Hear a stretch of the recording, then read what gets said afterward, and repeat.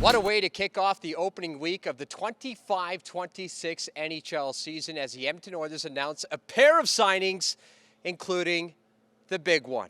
As all of oil country allows out a collective exhale as the best player in the world signs a 2-year contract extension, and that's why we bring in the two of the very best off the ice, and Jack Michaels and Bob Stauffer. Welcome to the panel, presented by Sportsnet. Bob, it's a 2-year contract, 102% at a $12.5 million AAV that we've seen from Connor McDavid over the course of the last 8 years. Stan Bowman talked about McDavid this morning, saying he likes where this team is at and he likes where they're going. Well, a couple things. I got lucky on the 2%. Hey, he called it. He called it all maybe along. Or maybe not. But the reality of the situation is this. You said oil country exhaled. I don't want to put words in my partner's mouth, but the reality, from my perspective, I'm not at all surprised that Connor committed for another couple of seasons, because I know how committed Connor and Leon are. Yeah. You know, and they've got a real good core here. They've had two, in any other year, fantastic years. Just came up a little bit short. And I think the belief is, and you know, all you need to do is take a look at the rankings, team rankings that the Athletic put out, which are highly analytically driven, that have got the Oilers predicted coming first overall in the league this year. Edmonton's going to have a really good team this year. They're going to have a good team for the next few years. And I'm not surprised for a second that Connor McDavid came in probably at $6 or $7 million under what he's probably worth in the league, because we've all dealt with Connor for the last several years. So I wasn't as nervous as everybody else. I will tell you, I was a little bit surprised at the 12.5. Like, I thought for sure it'd be 14 million or something. But I think Edmonton, it's a great day in oil country on a couple different fronts. Well, three foundational pieces now.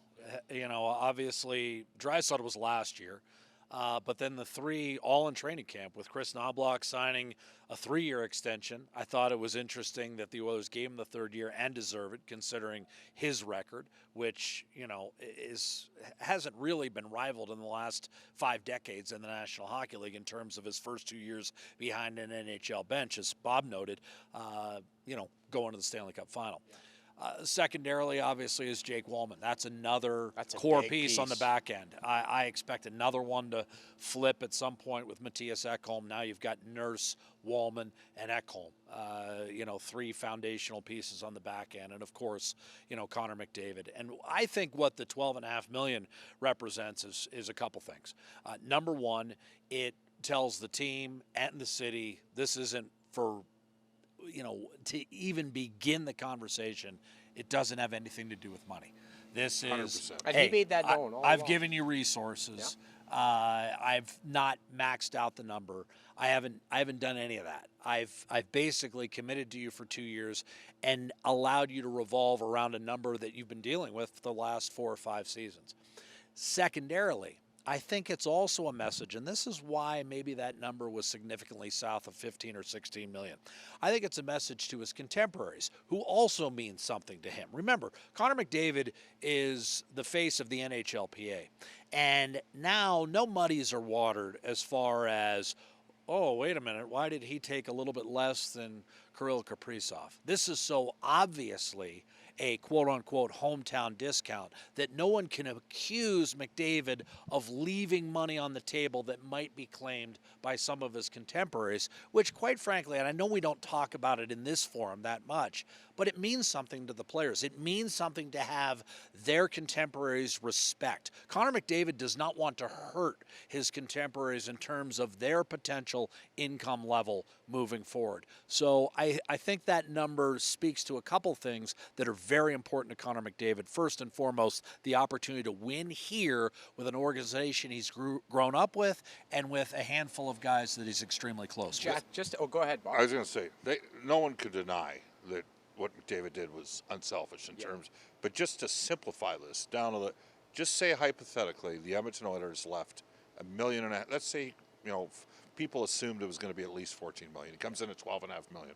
Let's say that for the next 2 years at the start of the year, Stan Bowman, the cap next year is supposed to be 104. Some people think it might be higher. Well, let's say it's 105.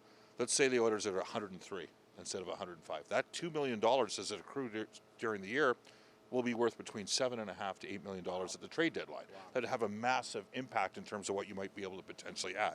And that's not really what he left. He could have signed whatever he wanted. Oh, he could have signed. He could ask for He could have anything. signed 2 at 20. Yep. But just simplify. It just shows you that that's a really good player. I mean, at the end of the day, Florida was able to make a couple moves last year at the deadline, in part because of the Kachuk injury at the Four Nations face-off, that altered the course and direction of their team. And McDavid is providing a little bit of wiggle room there for the Oilers to continuously improve in terms of what they got. You mentioned Jake Walman, great point by you. The Athletic, again, the top 4 defense pairing in the top 4 in the league is the Edmonton Oilers. We'll see. You know, This is the best set of D that McDavid those and guys Draisaitl not even have. close. Not even close. So they've got play drivers on the back end that can get the puck up the ice. Yeah. This allows for some growth. Doesn't necessarily affect this season because of the 12.5. Will affect the future.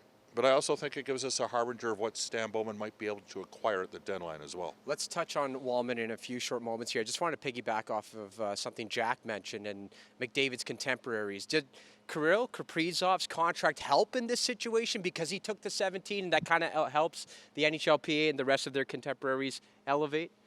Did that play a factor, you think? I don't think it played any factor in what Connor McDavid Yeah. did. I think Kaprizov, hung out for an extra $1 million per for 8 years and got it. To Bob's point is, might that at some point come back to be a decider if Edmonton and Minnesota are pursuing the same player? If Minnesota is having a good season and wants to make a run. That's Bob's point, is McDavid's contract is so unselfish on a wide variety of levels. It could come into play in a number of different scenarios. Again, not just this season, because he was already at $12.5 million, but for the next 2 years. Because, again, as we've seen, the last 4 seasons where Edmonton's had a shot. Edmonton's been one of 7 or 8 teams with a legitimate claim at a Stanley Cup. There's no guarantee the Oilers are going to win it this year either. They're going to be in and around it for the next 3 years, as Bob just suggested. And quite frankly, this is a trophy where that's all you can ask for. There are no guarantees. There is an alternative universe where Florida doesn't win either cup. There's an alternative universe where Pittsburgh wins 6 in the 90s. It's a hard trophy to win, and we've heard that ad nauseum in the early to late stages of Ken Holland's career in Edmonton. But all you can do is give yourself a shot. And what I think what Stan Bowman has done is he's guaranteed that window at the very least is going to be the next 3 or 4 years. And that's what he's trying to do. Yes, unlike Chicago, he doesn't have any cups yet, but he's just trying to stretch that window and give himself as many cracks at it as possible. And he understands how difficult it is to win the Stanley Cup because of those 3 Stanley Cups with Chicago. Okay, now on Jake Walman, Bob. We saw the significance and the importance of number 96 when number 14 came out of the lineup at the tail end of last year and then into the playoffs. How important of a signing is this for Stan Bowman? Well, it's also a great deal for Jake Walman and Wade Arnott. Yeah. I mean, think about it. He was basically given away with a pick from Detroit to San Jose. I can't believe that. To Jake's credit, he resuscitated his career, Yeah. elevated, and now we see him all day as a top 4 guy. What I like is he can play the left or the right side. He can obviously transition the puck.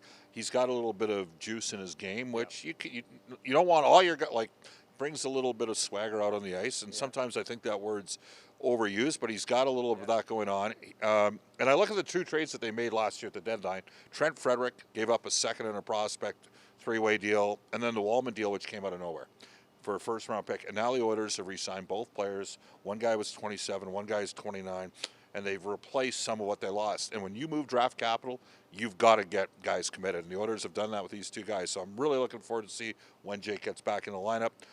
He's a 22-minute-a-game guy if he can play, and it gives the Oilers an unparalleled top 4 for the McDavid-Draisaitl era. You just said it, Tony. I mean, Walman, I think, is the type of guy that can take some of the pressure off Mattias Ekholm, because similar to McDavid and Draisaitl, and maybe not this year or next year, but there's going to come a time where you don't want McDavid and Draisaitl to play 22 or 23 minutes a night every more. It's not feasible. You want them to be ready to go for every single late April, May, and June. So same thing with Mattias Ekholm. except it's this year. I don't think the Oilers want to be in a situation where in March, hanging on to a 3-2 lead, Matthias Ekholm plays 10 minutes in the third period to nurse that lead home. They don't want to have to do that. And I think the depth, first of all, that Edmonton has entering this season is probably going to prevent that sort of thing.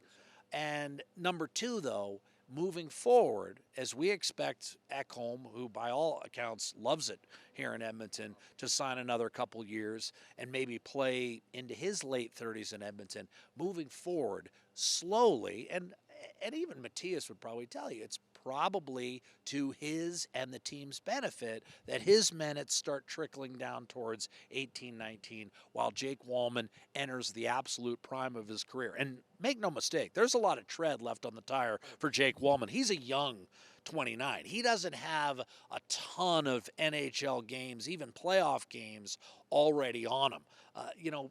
Oscar Klefbom, he had mileage on him. Yeah. Even when he was in his mid-20s, he had mileage on him. Jake Walman doesn't have a ton of mileage on him, even though the calendar says he's 29. And head coach Chris Knobloch did provide an update on Jake Walman this past weekend, saying that he may not be ready to go come opening night, but we can expect him to slot in on that right side with Darnell Nurse, which is a massive plus with a guy like Jake Walman, as Bob and Jack mentioned, a man who can play both sides of the D pairings. But from our focus on the back end to our focus up front, a couple of players have really stolen some headlines, I should say, here at training camp. Matt Savoy being one of them. How good did he look in the last couple of preseason games? He gets elevated into the top six alongside Ryan Nugent-Hopkins. David Tomashik's looking pretty good on the net front, on the power play, also using that shot as much as he can. What are your kind of overall takeaways, Jack? Maybe we'll begin with you, with the Battle of Alberta beginning in 2 days' time.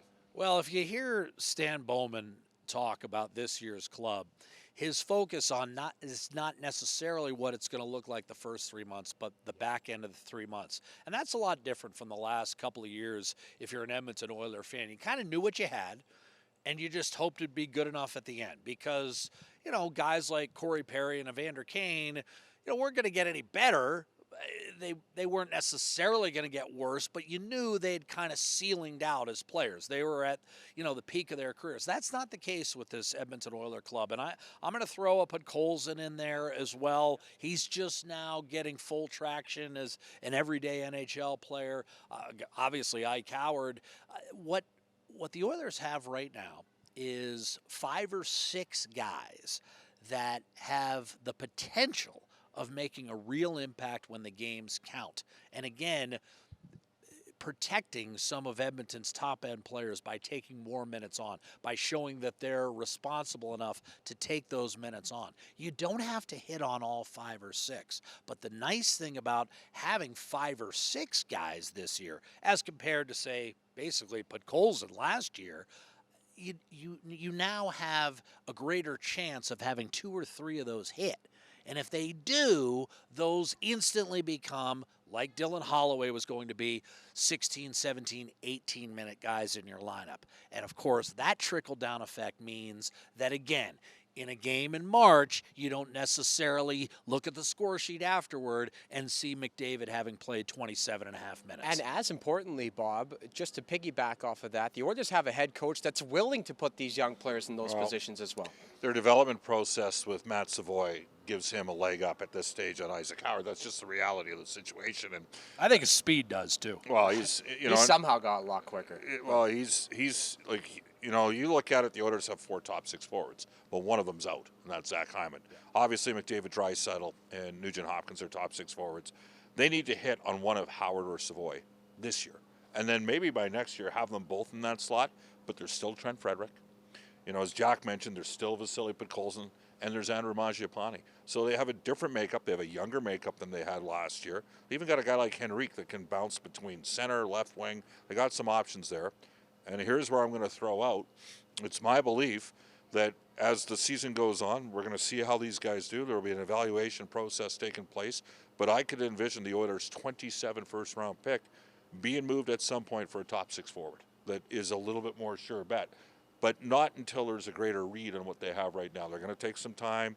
The other thing is you're going to hopefully accrue a little bit of space during the year. But just keep that in mind for down the road. And when they get that top six forward, there will probably be a concerted effort. Either the guy's got term left in his deal, or conversely, attempt to re-sign him. So just factor that in for maybe what might happen 3 or 4 months from now. All right, guys, this is a season opening panel, so I do have to ask you point blank your expectations for the 25-26 seasons for the Edmonton Oilers. I think the Oilers are going to fall right around where they were the prior 2 years to last season. I think they're going to be in that 104, 105 point range.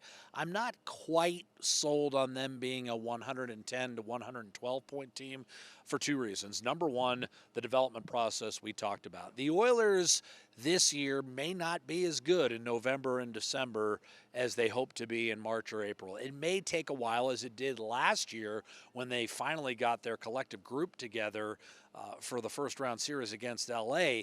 They weren't great in the first 4 games of that series either. Then they went on a tear and ended up winning 11 of 13. So I expect them to be around the 105 point barrier, and quite frankly, I think that's going to be enough to win the Pacific Division. I think the division title drought ends this year looking at the at batters 39 years. It hasn't happened since It's 1987. unbelievable. The 88 and 90 squads who won Stanley Cups did not win their own division. So, and of course, you've been part, Tony, of some furious late rallies by the Oilers where they haven't won the division, where Vegas has kind of matched them victory for victory. I think 105 points is going to be good enough to win the Pacific Division this year. I do not think they'll have the top seed in the Western Conference. I will make a couple of predictions. Number one, they went first and then fourth in goals for. I think last year they were like 10th or 11th, and their power play dropped out of the top 5 as well. I expect the power play back in the top 5 or 6, and I expect the goals for to be in the top 5 and 6. They finished with 101 points last year. You know, I'd say 105 points kind of makes sense, so I tend to agree with Jack there. So I think they'll score more. I think they'll finish with more regular season points. And when it comes to playoffs, all bets are off, because all the experts for 2 years in a row picked Dallas to beat Edmonton. And one of the reasons is they said Jake Ottinger's, you know, one of the best goaltenders in the world, and Stuart Skinner put up .922 and .924 in back-to-back series and outdueled them. So, and it wasn't close. I mean, the Oilers won in 5 this past year. So you never know what's going to happen in the playoffs. I could see the Oilers winning the Western Conference in the regular season. I could see that happening. I think maybe 105 to 107 points overall. I just think they're going to be a little bit better than they were last year. Well, Jack and Bob are bringing the heat. The Oilers say bring on the Flames. Oil Country, we hope you're ready for the 25-26 NHL season. It all begins right behind us on that sheet of ice, and we'll see if there's a division banner going up here at Rogers Place next season. Oil Country, here we go.